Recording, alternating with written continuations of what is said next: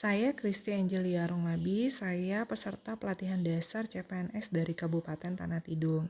Pada kesempatan kali ini, saya akan memaparkan learning journal dari materi Manajemen ASN dan Whole of Government. Manajemen ASN adalah pengelolaan ASN untuk menghasilkan pegawai ASN yang profesional, memiliki nilai dasar, etika profesi, bebas dari intervensi politik, bersih dari praktik korupsi, dan nepotisme, agar diharapkan selalu tersedia sumber daya aparatur sipil negara yang unggul selaras dengan perkembangan zaman.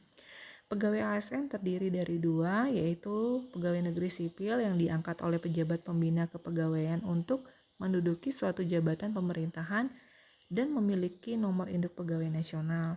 Yang kemudian kedua, pegawai pemerintahan dengan perjanjian kerja atau P3K diangkat oleh pejabat pembina kepegawaian berdasarkan perjanjian kerja sesuai dengan kebutuhan instansi pemerintah untuk jangka waktu tertentu.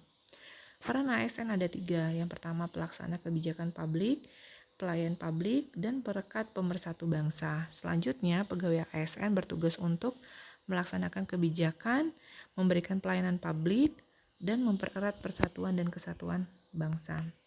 Hak ASN ada 5, mendapatkan gaji tunjangan dan fasilitas, mendapatkan cuti, mendapatkan jaminan pensiun dan jaminan hari tua, mendapatkan perlindungan, dan mengembangkan kompetensi.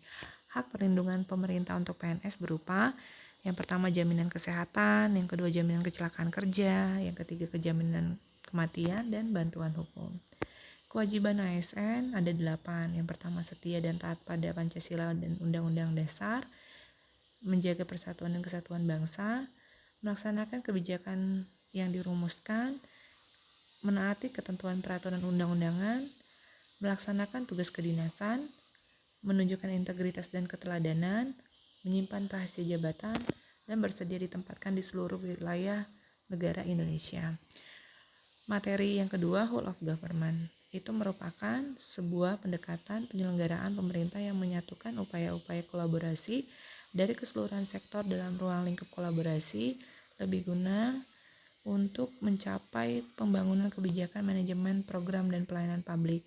Mengapa perlu whole of government? Karena ada 2 faktor. Yang pertama faktor eksternal, adanya dorongan publik, dan kedua faktor internal, terjadinya fenomena ketimpangan kapasitas sektoral.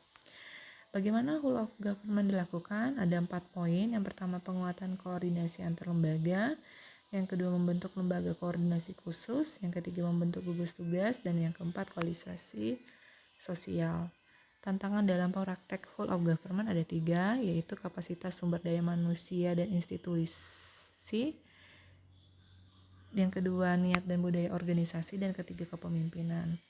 Yang terakhir penerapan whole of government yang terjadi di rumah sakit di tempat saya bekerja, adanya pelayanan bersifat administratif, yaitu bekerja sama antara BPJS dengan rumah sakit sehingga memudahkan pengguna pelayanan kesehatan untuk mendapatkan pelayanan di rumah sakit, tidak harus mengeluarkan uang banyak secara bersamaan, cukup membayar setiap bulannya saja. Dan adanya penerapan yaitu kerjasama antara rumah sakit dan pemerintah melalui dinas sosial bagi masyarakat yang kurang mampu.